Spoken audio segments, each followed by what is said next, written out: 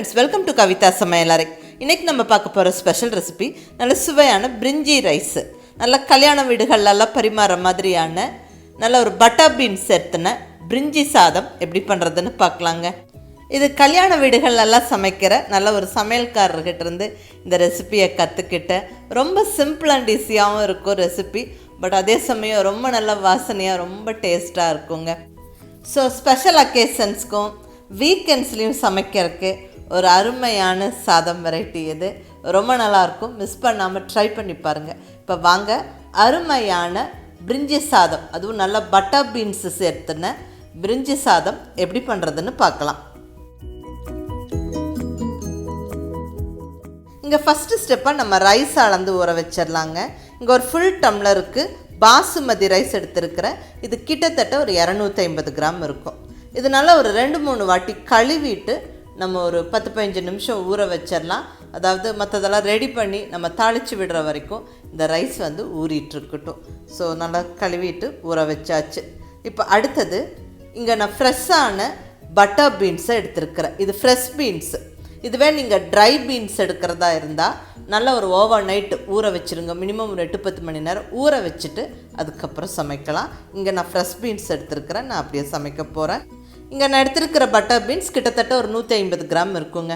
இந்த butter பீன்ஸில் protein அதிகம். So அடிக்கடி சாப்பிட்றது நல்லது. குழந்தைங்களுக்கெல்லாம் அடிக்கடி சமைச்சு கொடுக்கலாம். இப்போ நம்ம பிரிஞ்சி ரைஸ் தாளித்து விட்டுடலாம். குக்கரில் செஞ்சிடலாம். இங்கே ஸ்டவ்வில் குக்கர் வச்சு 1 டேபிள் ஸ்பூன் ஆயில் சேர்த்துக்கிறேன். கூடவே நல்ல 1 டேபிள் ஸ்பூன் நெய்யும் சேர்த்தாச்சு.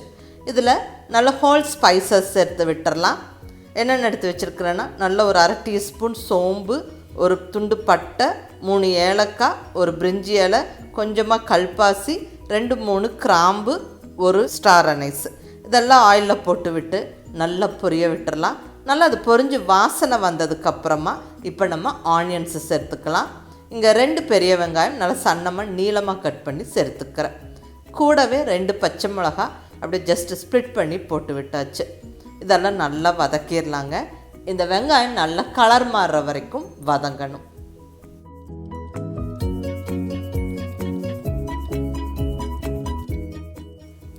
பாருங்கள், வெங்காயம் இந்த மாதிரி ஓரளவுக்கு நல்லா ப்ரௌனாக வதங்கினதுக்கப்புறமா இப்போ நல்ல ஒரு கைப்பிடி புதினா இலை போட்டு விட்டுடலாம். கூடவே நல்ல பொடியாக நறுக்குன்னு கொத்தமல்லி இலை ஒரு கைப்பிடி போட்டு விட்டாச்சு. இதை நல்லா வதக்கி விட்டுடலாம். நல்லா வாசனையாக இருக்கும் நம்ம இந்த ஸ்டேஜ்லேயே சேர்க்கும்போது.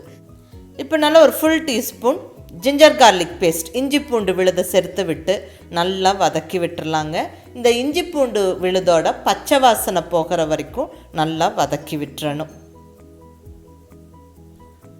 இப்போ நம்ம ரெடியாக வச்சுருக்கிற பட்டர் பீன்ஸை சேர்த்துடலாம். இங்கே நான் எடுத்துருக்கிறது ஃப்ரெஷ்ஷான பட்டர் பீன்ஸு.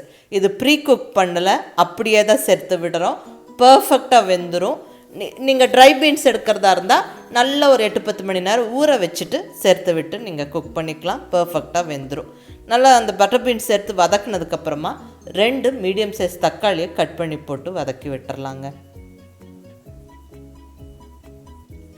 இப்போ இந்த ஸ்டேஜில் நல்லா 1 ஸ்பூன் உப்பு சேர்த்து விட்டுறலாங்க. உப்பு சேர்த்த உடனே நல்லா தக்காளி ஸ்பீடாக மசிஞ்சு வெந்துடும். அதே மாதிரி நம்ம இஞ்சி பூண்டு விழுது சேர்த்து வதக்கும் போது கீழே பிடிக்கும். உப்பு சேர்த்துட்டோம்னா நம்மளுக்கு கீழே அடிப்பிடிக்காது. நல்லா பர்ஃபெக்டாக அதுவும் நல்லா வதங்கிடும். இப்போ நம்ம அப்படியே ஜஸ்ட் இந்த குக்கரோட லிட்டை மேலே வச்சு விட்டுறலாம். அது வெந்துகிட்ருக்கட்டும். இப்போ நம்ம மசாலா ரெடி பண்ணிடலாங்க. இங்கே ஒரு 3 டேபிள் ஸ்பூன் அளவுக்கு தயிர் எடுத்துருக்கிறேன். நல்லா அதிகம் புளிக்காத கெட்டியான தயிர். அதில் ஒரு 1/4 டீஸ்பூன் மஞ்சள் பொடி, ஒரு ஃபுல் டீஸ்பூன் மிளகாய் பொடி போட்டுக்கிறேன். இது அதிகம் காரம் இல்லாத மிளகாய் பொடி, அதனால் நான் ஃபுல்லாக சேர்த்துருக்கிறேன். காரமான மிளகாய் பொடினா நீங்கள் பார்த்து சேர்த்துக்கோங்க. ஏன்னா ஏற்கனவே 2 பச்சை மிளகாவும் போட்டிருக்கிறோம். கூடவே நல்ல ஒரு கரம் மசாலா ஒரு 1/2 டீஸ்பூனும், ஒரு ஃபுல் டீஸ்பூன் மல்லித்தூளும் சேர்த்தாச்சு. இதை நல்லா கட்டி இல்லாமல் நல்லா கலந்துடணும். அந்த மசாலா பொடியோட இந்த தயிரெல்லாம் சேர்த்து கலந்துட்டு இதுலேயே நல்ல ஒரு ஃபுல் டீஸ்பூன் எலுமிச்சை சாறு சேர்த்துக்கிறேன். இதை நல்லா கலந்து விட்டுறலாங்க. ஸோ மசாலா கலவை நல்லா கமகமன்னு ரெடியாக இருக்குது. இங்கே பட்டர் பீன்ஸும் அந்த வெங்காயம் தக்காளியோடு சேர்த்து நல்லா ஒரு 3-4 நிமிஷம் வெந்தாச்சு. இப்போ நம்ம கலந்து வச்சுருக்கிற மசாலாவை நம்ம ஆட் பண்ணிடலாம். அதாவது தயிரோட மசாலா பொடியெல்லாம் சேர்த்து கலந்துருக்குறோம், அதை நம்ம ஆட் பண்ணியாச்சு. இப்போ இதை நல்லா வதக்கிடலாங்க. நல்லா ஒரு நிமிஷம் நல்லா வதக்கி விட்டுட்டு இப்போ நம்ம தேவையான அளவு தண்ணி விட்டுக்கலாம். அதாவது 1 கப்பு பாசுமதி ரைஸுக்கு 1.5 கப்பு தண்ணி சேர்த்துக்கணும். எந்த டம்ளரில் எந்த கப்பில் அளந்தோமோ அதே கப்பில் அளந்துக்கோங்க. பர்ஃபெக்டாக நல்லா சாதம் வெந்துடும், நல்லா உதிரியாகவும் இருக்கும். ஸோ நல்லா தண்ணியெல்லாம் சேர்த்து விட்டுட்டு நம்ம மூடி வச்சிடலாம். நல்லா தண்ணி கொதித்ததுக்கப்புறமா நம்ம ரைஸ் சேர்த்துக்கலாம். பாருங்கள், தண்ணி நல்லா கொதிச்சிருச்சு. இப்போ இந்த ஸ்டேஜில் நம்ம கழுவி ஊற வச்சிருக்கிற பாசுமதி ரைஸை சேர்த்து விட்டுடலாம்.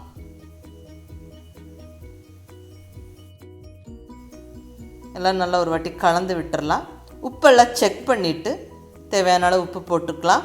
நம்ம தக்காளி வதக்கும் போதே உப்பு சேர்த்துருக்குறோம். ஸோ அதை ஞாபகம் வச்சுட்டு சேர்த்துக்கணும். எல்லாம் நல்லா கலந்து விட்டுடலாங்க. அவ்வளோதான், எல்லாமே சேர்த்தாச்சு. இப்போ நம்ம குக்கர் மூடியை ஜஸ்ட் அப்படியே மேலே வச்சு விட்டுடலாங்க. ப்ராப்பராக க்ளோஸ் பண்ணி வெயிட்டெல்லாம் இப்போ இந்த ஸ்டேஜில் போட வேண்டாம். ஜஸ்ட் ஒரு 3-4 நிமிஷம் அப்படியே கொதிக்கட்டும். பாருங்கள், இப்போ நம்மளுக்கு ரைஸ் வந்து பாதி அளவுக்கு வெந்தாச்சு. இப்போ நல்லா கலந்து விட்டுட்டு நல்ல ஒரு கைப்பிடி ஃப்ரெஷ்ஷான கொத்தமல்லி இலையை மேலால் தூவி விட்டுட்டு நல்லா ஒரு வாட்டி கலந்துடலாம். இப்படியே தண்ணியும் ரைஸும் பாருங்கள் அப்படியே பர்ஃபெக்டாக ஈக்குவலான மாதிரி இருக்குது. இப்போ இந்த ஸ்டேஜில் நம்ம குக்கர் லிட்டை போட்டு விட்டு வெயிட்டை வச்சு விட்டு ஒரே விசில் வரலன்னா 5 நிமிஷத்தில் ஸ்டவ் ஆஃப் பண்ணிவிடுங்க. ஸ்டவ்வை கண்டிப்பாக சிம்மில் வச்சுருங்க. அந்த விசில் வந்து ப்ரெஷர்லாம் தீரக்குள்ளே நம்ம ப்ரெட்டை வந்து வறுத்தெடுத்துடலாம். இங்கே 4 ஸ்லைஸ் மில்க் ப்ரெட்டை சின்ன பீசஸாக கட் பண்ணி வச்சுக்கிறேன். இப்போ இதை நல்ல சூடான ஆயிலில் போட்டு நல்ல ப்ரௌன் ஆகிற வரைக்கும் பொரிச்செடுத்து நம்ம பிரிஞ்சி ரைஸில் சேர்த்துடலாங்க. பிரிஞ்சி ரைஸில் இந்த பொரிச்ச ப்ரெட்டை சேர்க்கறது ரொம்ப ஸ்பெஷலுங்க. ரொம்ப நல்லாயிருக்கும் டேஸ்ட்டு. ஸோ மிஸ் பண்ணாமல் சேர்த்துக்கங்க. நல்லா மில்க் ப்ரெட்டை சின்ன பீசஸாக கட் பண்ணி நல்ல சூடான எண்ணெயில் போட்டு விட்டு நல்லா 2 சைடும் ப்ரௌன் ஆகிற வரைக்கும் பொறுமையாக வறுத்து விட்டு எடுத்துடணும்.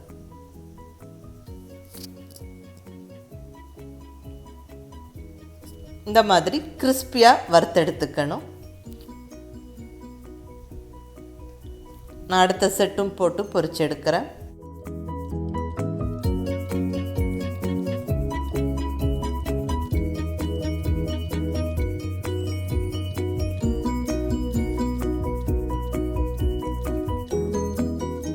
ப்ரெட்டெல்லாம் நல்லா பொரிச்சு எடுத்தாச்சு. இங்கே குக்கர்லேயும் நல்லா அந்த ஸ்டீம் ப்ரெஷர்லாம் போயாச்சு. ஸோ இப்போ ஓப்பன் பண்ணிடலாம். வாவ், நல்லா கமகமன்னு வாசனையோட அருமையான பிரிஞ்சி சாதம் சூப்பராக ரெடி ஆயிடுச்சு. பாருங்கள், சாதம் நல்லா உதிரியாக இருக்குது. கீழே அடியெல்லாம் ஒன்றும் பிடிக்கல. நல்லா அந்த பட்டர் பீன்ஸும் பாருங்கள் நல்லா பர்ஃபெக்டாக வெந்திருக்கு. இப்போ நம்ம ஃப்ரை பண்ணி ரெடியாக வச்சுருக்கிற அந்த பிரெட் பீசஸை சேர்த்து விட்டுறலாம். லைட்டாக அப்படியே கிளறி விட்டுறலாங்க.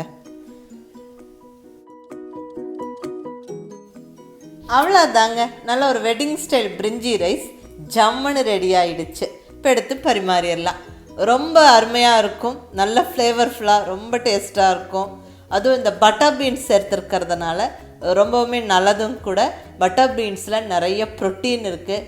ஸோ குழந்தைங்களுக்கெல்லாம் அடிக்கடி செஞ்சு கொடுக்கலாம், கண்டிப்பாக விரும்பி சாப்பிடுவாங்க. ஒரு ஈஸியான 1 பாட் மீல் இது, குயிக்காகவும் செஞ்சிடலாம். நீங்கள் கண்டிப்பாக மிஸ் பண்ணாமல் இந்த மாதிரி ட்ரை பண்ணி பாருங்கள், ரொம்ப நல்லாயிருக்கும். வீக்கெண்ட்ஸ்லேயும் ஸ்பெஷல் அக்கேஷன்ஸ்க்கும் செய்யறதுக்கு இது ரொம்ப ஒரு அருமையான ரைஸுங்க. ஸோ மிஸ் பண்ணாமல் ட்ரை பண்ணி பார்த்துட்டு எப்படி இருந்துச்சுன்னு உங்கள் ஃபீட்பேக் சொல்லுங்கள். பிடிச்சிருந்தால் லைக் பண்ணி, ஷேர் பண்ணி, கமெண்ட் பண்ணுங்கள். கவிதா சமையலறை சப்ஸ்கிரைப் பண்ணி என்னுடைய மற்ற ரெசிபிஸும் வீடியோஸும் பாருங்கள். தேங்க்யூ.